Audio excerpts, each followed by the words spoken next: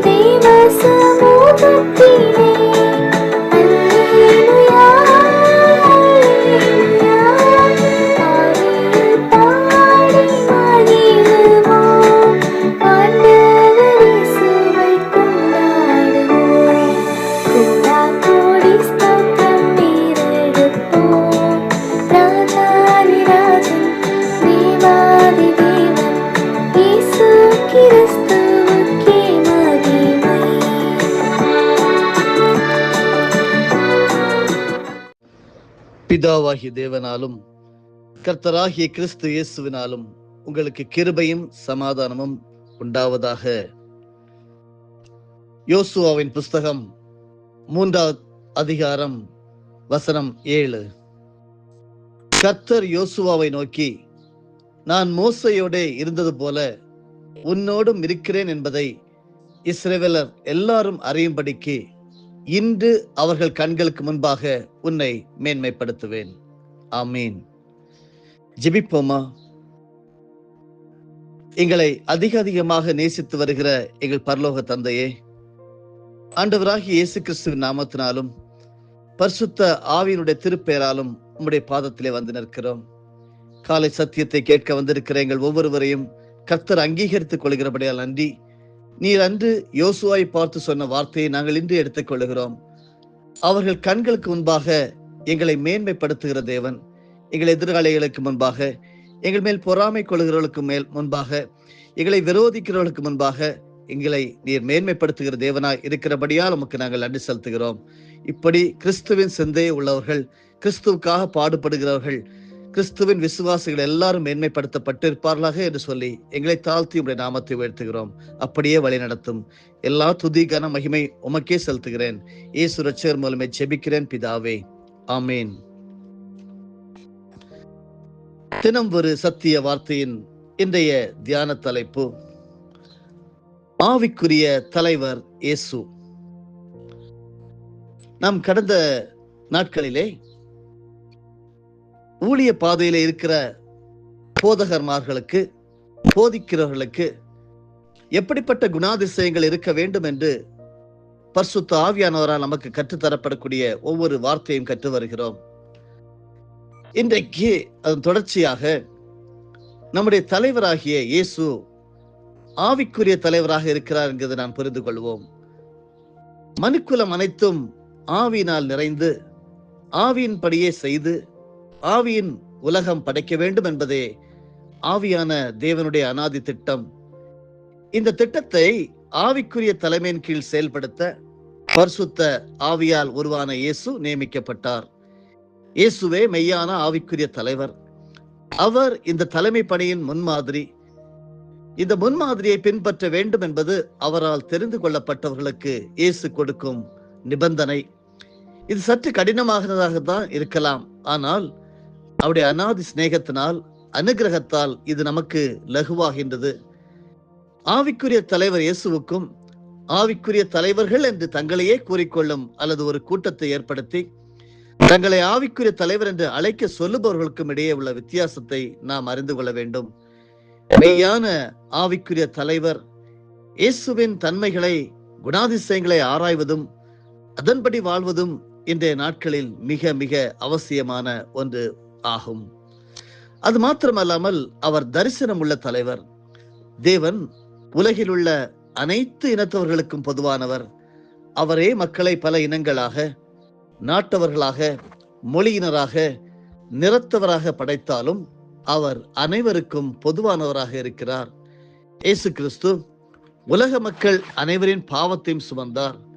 உலகிற்கு இரட்சகராக, சத்தியமாக, உயிராக, பரலோகத்தின் வழியாக, வாசலாக வந்தார். யூதர்களுக்கு மட்டும் என்று இராதபடி உலக மக்கள் அனைவரையும் குறித்த தரிசனம் உடையவராக இருந்தார். யூத மதம், யூத மொழி, யூத கலாச்சாரம் என்று இல்லாது அதையும் தாண்டி உலகிற்கு பொதுவான போதனைகளை போதித்தார்.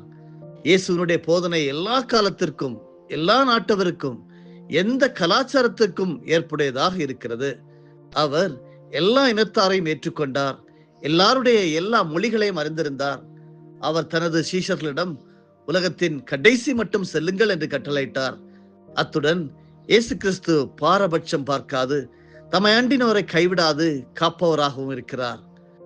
அன்பானவர்களே, ஆவிக்குரிய தலைவர்கள் ஒரு குறிப்பிட்ட ஜாதி, ஒரு குறிப்பிட்ட மதம், ஒரு குறிப்பிட்ட மொழி, ஒரு குறிப்பிட்ட நாட்டுக்கு மட்டுமே ஆவிக்குரிய தலைவர்களாக இருக்க விரும்பாமல் உலக தரிசனம் உடையவர்களாக இருந்து கிறிஸ்துவின் சரீரமான சபையின் எல்லா அங்கங்களுடன் நல்லுறவை ஏற்படுத்தி எல்லா அங்கங்களின் நல் வாழ்விற்கான தரிசனம் உடையவராக இருக்கும்போது உலகம் அமைதி பெறும், திருச்சபை சிறப்பாக மேலோங்கி நிற்கும். நம்முடைய தலைவராகிய ஆவிக்குரிய தலைவர், நம்முடைய தரிசனம் உள்ள தலைவர், தன்னை பகிர்ந்து அளித்தவர். அன்பிலார் எல்லாம் தமக்குரியர், அன்புடையார் என்றும் உரியர் பிறர்க்கு என்ற உண்மையை வாழ்க்கை விதியாக கொண்டவர் இயேசு. உயிருடன் வாழ்ந்த நாள் முழுவதும் தன்னை மற்றவர்களுக்கென்று அர்ப்பணித்தவர். இந்த உலகத்திலே ஊழியம் செய்த நாள் முழுவதும் சுயநலம் கருதாமல் வாழ்ந்தவர். தன்னுடைய ஓய்வு, உணவு என்று கருதாமல், அதற்கென்று நேரத்தினை பிரத்யேகமாக ஒதுக்காமல் மக்களுடைய தேவையினை பூர்த்தி செய்வதையே தனது உணவாக கொண்டார். என் கடன் பணி செய்து கிடப்பதே என்பதை தனது பிரமாணமாக கொண்டு வாழ்ந்தார். கடைசியாக தன்னையே உயிர் பலியாக கொடுத்தார். தனது சரீரத்தை மெய்யான போஜனமாகவும் தனது இரத்தத்தை மெய்யான பானமாகவும் கொடுத்தார். தன்னை முழுவதுமாக மக்களின் நலனுக்காக அர்ப்பணித்து விட்டார். அதன் விளைவுதான் அவர் எல்லா நாமத்திற்கும் மேலான நாமத்தை பெற்று வானத்திலும் பூமியிலும் சகல அதிகாரம் பெற்றவராக இருக்கிறார். பெற்ற அதிகாரத்தையும் தரிசனத்தையும் தனக்கென்று வைக்காமல் எல்லாருக்காகவும் பகிர்ந்து அளித்தார். புதிய ஏற்பாட்டிலே பவுலும் இயேசுவை போல மக்கள் பணிக்காக வார்க்கப்படுகிறேன் என்கிறார். சபையின் மீட்புக்காக இயேசுவின் பாடுகளின் குறைவை தனது பாடுகளால் நிறைவாக்க தன்னை சபைக்காக பகிர்ந்தளித்தவர். ஆவிக்குரிய தலைவர்கள் பலர் தங்களுடையதை பகிர்ந்தளிப்பதை விட்டு தங்களிடம் வருபவர்களிடம் இருந்து தங்களுக்கென்று பகிர்ந்தளிக்க வேண்டும் என்று சொல்லுகிறார்கள். மற்றவர்களுக்கு என்றில்லாமல் தங்களிடம் வருபவர்கள் தங்களுக்கு என்று அனுபவிக்க ஆசிக்கிறார்கள். ஆவிக்குரிய தலைவர்கள் தங்களின் பொறுப்புகளையும் அதிகாரங்களையும் பகிர்ந்து கொள்ள வேண்டும். நான் இல்லை என்றால் சபை அழிந்துவிடும், நிர்வாகம் கெட்டுவிடும், சங்கம் இல்லாமல் போய்விடும் என்ற எண்ணம் உடையோர் ஆவிக்குரிய தலைவராக இருக்கவே முடியாது. இந்த நிலையை மாற்றினால் ஆவிக்குரிய தலைவர்கள் பூமிக்கு வித்தாகி அநேக ஆவிக்குரிய தலைவர்களை உருவாக்குவார்கள். வழிகாட்டிகளுக்கு ஒரு வழிகாட்டியாக இந்த போதனை உங்களுக்கு வந்து சேர்கிறது. நம்முடைய ஆவிக்குரிய தலைவராக இயேசு தவறே செய்யாதவர். தலைவர் என்ற நிலை உயர்ந்த நிலை. உயர்ந்த நிலைக்கு வரும் முன்பு பல தவறுகள் மூலம் பல பாடங்கள் கற்றுக்கொண்டு வருகின்றனர். தலைவர் ஆன பின்பு தவறு செய்வது தலைமைக்கு அழகல்ல. இயேசு தவறே செய்யாதவராக வாழ்ந்து வந்தார். தவறு செய்யும் வாய்ப்பை அநேக நேரம் பெற்றிருந்தாலும் அதில் தன்னை ஈடுபடுத்த அனுமதிக்கவில்லை. நெருக்கடியான சூழ்நிலையிலும் தன் தவறு அவற்றை மாற்றி போடலாம் என்ற இக்கட்டான சூழ்நிலையிலும் தவறு செய்யவில்லை. ஆவிக்குரிய தலைவர்கள் தவறு செய்வது இன்றைய நாட்களிலே இயல்பாகிவிட்டது. அந்த தவறினை மறைப்பதும் நியாயப்படுத்துவதும் மற்றவர்கள் மேல் சுமத்துவதும் அதனால் பாதிக்கப்பட்ட அப்பாவி ஜனங்களின் எண்ணிக்கையும் பெருகி கொண்டிருக்கிறது. மற்றவர்களின் தவறை தான் ஏற்றுக்கொள்ளாவிட்டாலும் தன் தவறினை மற்றவர்கள் மீது சுமத்தாத, தவறை முழுமையாக தனது ஜீவனிலிருந்து நீக்க பெற்ற ஆவிக்குரிய தலைவர்கள் எழும்பும் போது ஒரு பரிசுத்தமான தூய்மையான ஆட்சி அமையும். தவறுகள் திருத்தப்படும், தேசம் சிறப்பை அடையும். மெய்ப்பனின் வீழ்ச்சி மந்தைக்கு அழிவு என்று சொல்வார்கள். போதனைகளின் வீழ்ச்சி சபைக்கு அழிவு. அன்பானவர்களே, நீங்களும் நாம் ஒவ்வொருவரும் ஆவிக்குரிய தலைவர்களாக, மற்றவர்களுக்கு மாதிரிகளாக இருக்க ஒருமுறை கூட ஞாபகப்படுத்தப்படுகிறோம். அழைத்த அழைப்பிற்கு ஏற்றவர்களாகவே வாழும்படியாக நாம் அழைக்கப்படுகிறோம். கிறிஸ்து இயேசுவின் சிந்தையே ஊழியக்காரர்களின் சிந்தை. கிறிஸ்துவின் சிந்தை ஒவ்வொரு விசுவாசிக்கும், குறிப்பாக ஊழியர்களுக்கும் இருக்க வேண்டும் என்று அப்போஸ்தலனாகிய பவுல் எபேசியர் நிருபத்திலும் பிலிப்பியர் மற்றும் கொலோசையர் நிருபங்களிலும் எழுதுகிறார். இந்த நிருபங்கள் அனைத்தும் அவர் சிறைச்சாலையிலிருந்து எழுதுகிறார். தன்னை முன்மாதிரியாக வைத்து கிறிஸ்துவுடன் ஒப்பிட்டு ஒரு ஊழியக்காரர் எப்படிப்பட்ட சிந்தை கொண்டிருக்க வேண்டும் என்று பட்டியலிடுகிறார்.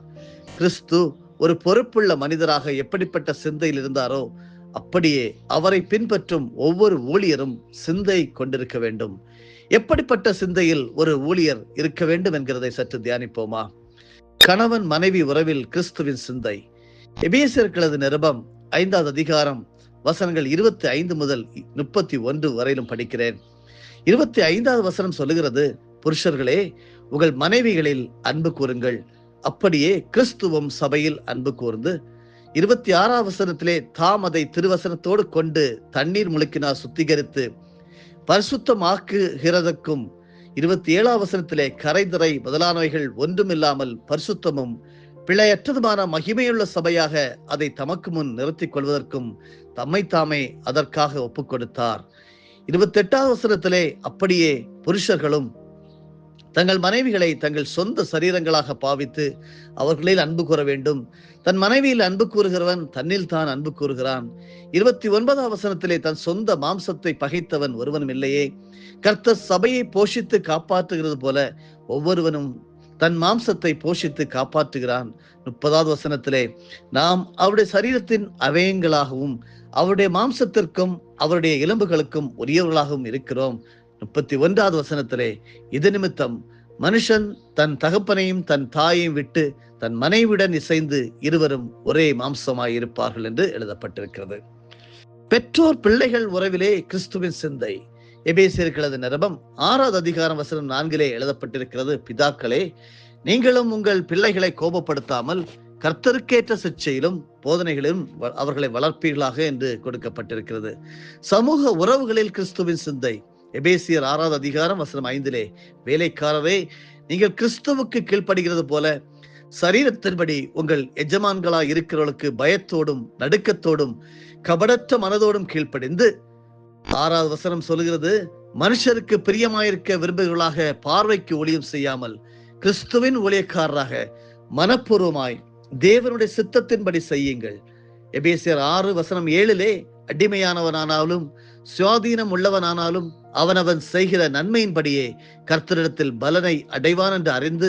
8வது வசனம், மனுஷருக்கென்று ஊழியம் செய்யாமல் கர்த்தருக்கென்றே நல்மனதோடே ஊழியம் செய்யுங்கள். 9வது வசனத்திலே, எஜமான்களே, அப்படியே நீங்களும் வேலைக்காரருக்கு செய்ய வேண்டியகளை செய்து அவர்களுக்கும் உங்களுக்கும் எஜமானானவர் பரலோகத்தில் இருக்கிறார் என்றும் அவரிடத்தில் பட்சபாதம் இல்லை என்றும் அறிந்து கடும் சொல்லை விட்டுவிடுங்கள் என்று நமக்கு அநேக ஆலோசனைகள் ஊழியக்காரர்களுக்கு, குறிப்பாக கிறிஸ்துவின் சிந்தை இருக்க வேண்டும் என்று ஊழியக்காரர்களுக்கு நமக்கு ஆலோசனை தரப்படுகிறது. ஊழிய உறவுகளிலே கிறிஸ்துவின் சிந்தை. பிலிப்பியர் நிருபம் 2வது அதிகாரம் முதல் 8 வசனங்களை படிக்கிறேன். 1வது வசனம் சொல்லுகிறது, ஆதலால் கிறிஸ்துவுக்குள் யாதொரு ஆறுதலும் அன்பினாலே யாதொரு தேர்தலும் ஆவியின் யாதொரு ஐக்கியமும் யாதொரு உருக்கமான பட்சமும் இரக்கங்களும் உண்டானால். 2வது வசனம், நீங்கள் ஏக சிந்தையும் ஏக அன்பும் உள்ளவர்களாயிருந்து இசைந்த ஆத்துமாக்களாய் ஒன்றையே சிந்தித்து என் சந்தோஷத்தை நிறைவாக்குங்கள். பிலிப்பியர் 2:3, ஒன்றையும் வாதினாலாவது வீண் பெருமையினாலாவது செய்யாமல் மனத்தாழ்மையினாலே ஒருவரையொருவர் தங்களிலும் மேன்மையானவர்களாக எண்ண கடவீர்கள். 4வது வசனம், அவனவன் தனக்கானவைகளை அல்ல பிறருக்கானவைகளையும் நோக்குவானாக. கிறிஸ்து இயேசுவிலிருந்து சிந்தையே உங்களிலும் இருக்க கடவது. 6வது வசனம், அவர் தேவனுடைய ரூபமாயிருந்தும் தேவனுக்கு சமமாயிருப்பதை கொள்ளையாடின பொருளாக எண்ணாமல். 7வது வசனம், தம்மை தாமே வெறுமையாக்கி அடிமையின் ரூபம் எடுத்து மனுஷ சாயலானார். 8வது வசனம், அவர் மனுஷ ரூபமாய் காணப்பட்டு மரண பரியந்தம், அதாவது சிலுவையின் மரண பரியந்தமும் கீழ்ப்படிந்தவராகி தம்மை தாமை தாழ்த்தினார். அன்பானவர்களே, கிறிஸ்துவின் சிந்தை எப்படிப்பட்டது என்கிறதை பல வேத வசனங்கள் மூலமாக கற்றுக்கொண்டோம். கிறிஸ்துவின் சிந்தை எப்படிப்பட்டது என்பதை 10 தலைப்புகளிலே தொடர்ந்து தியானிப்போம். இயேசு கிறிஸ்துவனுடைய சிந்தை உங்களிலும் என்னிலும் இருக்க கடவது, கிறிஸ்து இயேசுவில் இருந்த சிந்தையே உங்களிலும் இருக்க கடவது என்று அப்போஸ்தலனாகிய பவுல் நமக்கு கற்றுத்தந்த அந்த வசனத்தை நாம் ஞாபகம் கூறுவோம். கிறிஸ்து இயேசுவின் சிந்தையே ஊழியர்களின் சிந்தை. கிறிஸ்துவின் சிந்தை ஒவ்வொரு விசுவாசிக்கும், குறிப்பாக ஊழியக்காரர்களுக்கும் இருக்க வேண்டும் என்று பல இடங்களிலே அப்போஸ்தலனாகிய பவுல் பல நிருபங்களிலே, கடிதங்களிலே எழுதியிருக்கிறார். இந்த நிருபங்கள் அனைத்தும் அவர் மிகவும் கஷ்டமான சமயத்திலே சிறைச்சாலிலிருந்து எழுதப்பட்டது. கிறிஸ்து ஒரு பொறுப்புள்ள மனிதராக எப்படிப்பட்ட சிந்தையில் இருந்தாரோ அப்படியே அவரை பின்பற்றும் ஒவ்வொரு ஊழியக்காரர்களும் சிந்தை கொண்டிருக்க வேண்டும். ஆமீன். அன்பு தகப்பனே, இந்த வேளையிலும் கூட இந்த ஆவிக்குரிய நிகழ்ச்சியிலே கலந்து கொண்டிருக்கிற, சத்தியத்தை கேட்க வந்திருக்கிற சகோதரன், சகோதரி, பிள்ளைகள், முதியோர் ஒவ்வொருவரையும் கர்த்தர் பொறுப்பெடுத்துக் கொள்ள வேண்டுமா ஜெபிக்கிறேன். ஆண்டவரே, எங்களுக்கானவர்களை அல்ல பிறருக்கானவர்களை நோக்குவர்களாக உம்மிலிருந்த சிந்தையே எங்களில் இருக்க கடவுது என்று சொல்லி எங்களை தாழ்த்துகிறோம். எங்களிலே பல்வேறு பிரிவினைகள் இருக்கிறது.